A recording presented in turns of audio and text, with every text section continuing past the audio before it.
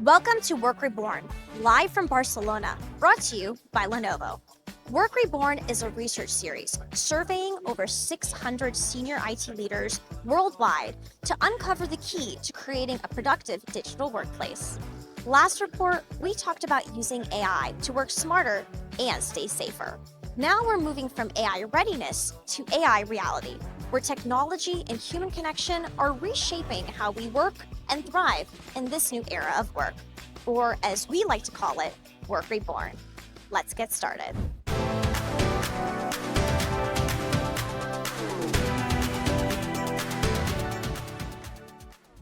Thank you so much for coming by the podcast booth today. Do you mind introducing yourself, who you are, what you do? Yeah, sure. I'm David Smith. I'm the Digital Transformation Director for Costain, which is a construction infrastructure services company from the UK. It's great to have you here.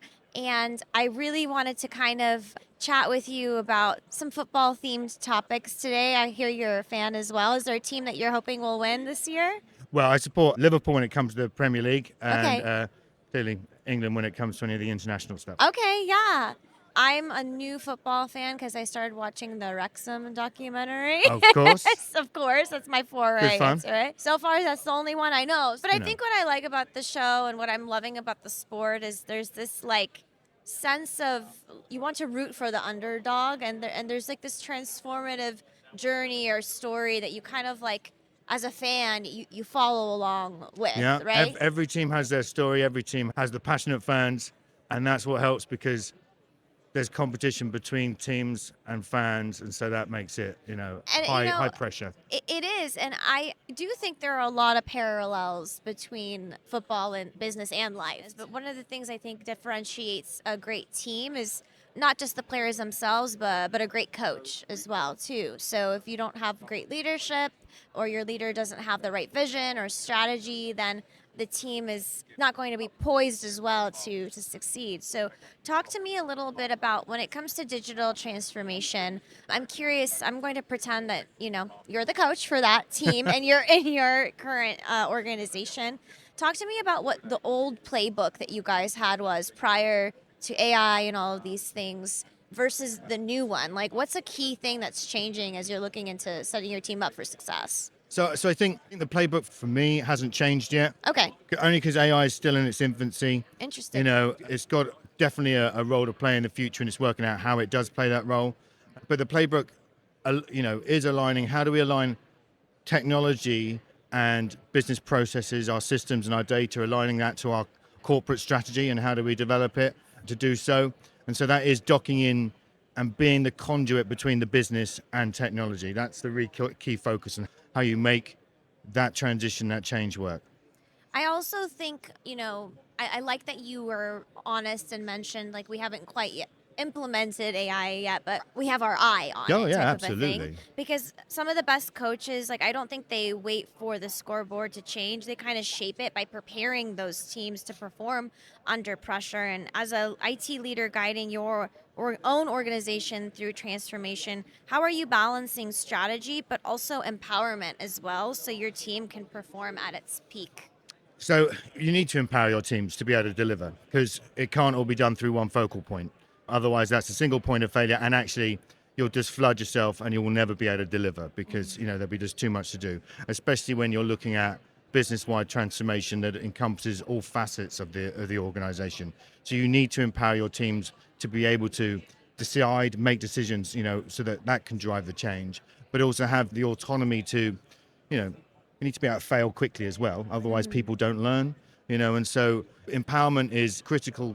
That gives your teams the autonomy to make decisions and drive things forward. It means that the people they are working with understand that they can also make decisions and drive things forward. And so then there is also a bit of a symbiosis bit there, because everyone works together to move it forward, rather than waiting for, we've got a decision to make, right, we'll come back because we've got to go and speak to someone else to make a decision.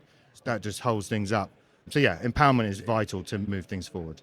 To kind of continue the analogy of the scoreboard here, I think a conversation a lot of leaders are having is, well, what metrics are we using to assess if our employees are not just doing well, but are empowered? Like, what does that look like for you? Well, so when it comes to understanding from an organizational standpoint, teams feedback one-to-ones, That's really important. But if you're looking at metrics, you can look at your engagement scores, how we do quarterly engagements, and so that's when we can see that quite quickly. Hmm. There's a finger on the pulse of how people are doing. But one-to-ones with team members is critical because I can then get direct feedback on how they're feeling and how they are feeling, as whether they're empowered or not to deliver what they need to do. I don't want to brush over that because I think in this time period where we have a lot of tools that are able to assess engagement or productivity, that's not something we should forget in the next coming years when it comes to really like staying in touch with your team. Absolutely. I think COVID sort of spread everyone out and sort of disconnected it from a physical point of view, and we were more into Teams calls, etc., and not actually being on site. That's transitioning back a little bit now, and so actually having that engagement one-to-one is really, really key for me. It makes sense because, I think just like in FIFA, a great coach doesn't just like really manage their players. They also anticipate and they motivate them and they're adapting strategy in real time. So those one-to-ones are give you that opportunity to do that. And so how do you see your role like shifting from managing technology to maybe more so coaching people and not just coaching them, but as, people who are doing their work, but through the changes that are going to be coming. So I think, it's a shift, but it's also always been that way. Right. Because I think, technology is the enabler. We need our people to be able to actually drive everything. And so it's really critical that we have that engagement. And I also thinking about the next generation as well. So we're onboarding people and new staff. How do we engage with them and make sure that they are learning and developing and helping shape the business of the future? Having, I'm a senior leader in my organization, but I need to think about also when we're bringing on apprenticeships and graduates, how do we bring them on so that they can be enabling the change of the future? Tell me a little bit about that if you're open or able to share. What are some things that you are considering to appeal and better coach and train that next generation of workers? Well, that's where you've got to think about what's going to actually engage them. So if you think that someone joins an organization, they're a graduate, they've got more new technology at their fingertips than they do when they join an organization generally, because corporates have set IT stacks, set hardware, etc. And so whereas they may have the latest iPhone or the latest Android device, and they come into an organization and it's a device that's probably 2 or 3 generations older, because that's the way organizations work. It's like when a football player was like work in a Premier League with the best of the best, and then they get relegated into a team that has like nothing on it. Well, exactly right. And so it's how do you then make sure that you engage that individual, that they want to be still part of it, because attrition, you don't want to lose people, you want to keep Right. people in the organization.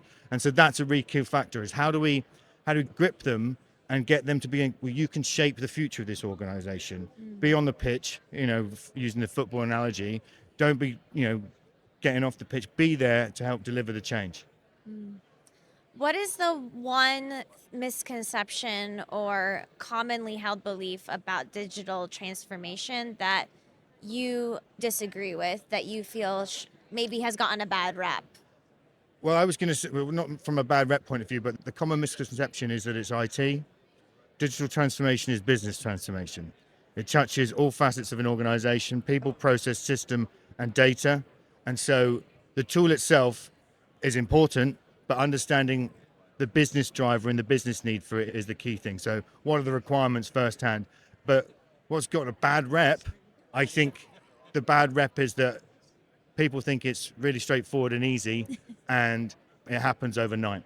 And we can do it ourselves, and Yeah. we don't need anybody Correct. else. And yeah, it's like a quick thing that happens. Correct. There's a quick fix for everything. Right. Like in just, one day, a team that like hasn't scored in weeks is suddenly gonna perform well enough to make the Absolutely. World Cup, right? But that's, we laugh at that, but I mean that's my way of saying like I agree with you. It's a process, and I think it requires partners, whether it's someone like us at Lenovo to work with you to help guide you and empower you along the process. Every great coach has like a group of people behind them. That's true. To really help them make the decision. We definitely can't deliver it ourselves, and I don't think no organization can.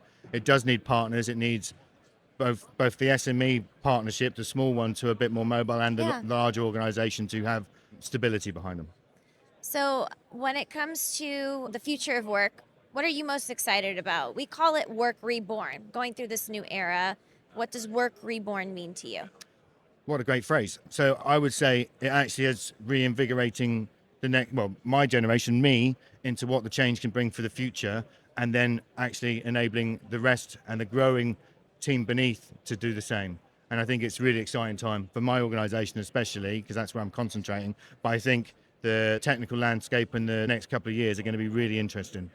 Well, I've really enjoyed this interview Ditto, with thank you. you. Thank you so much for popping by our booth today. If anyone is interested in learning more about the Work Reborn research, make sure you download it by clicking the link in the description below. Or if you are watching us on YouTube, a QR code will magically appear here. Make sure you scan that code to grab a copy for yourself. And that's a wrap. Thank you so Thank much. you.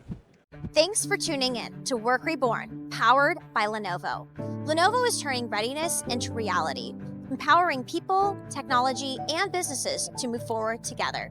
If you've enjoyed this episode, make sure you subscribe to our YouTube channel or follow us on Apple or Spotify to continue the conversation on how we're bringing new life to the modern workplace. Thanks for watching. Lenovo, Lenovo.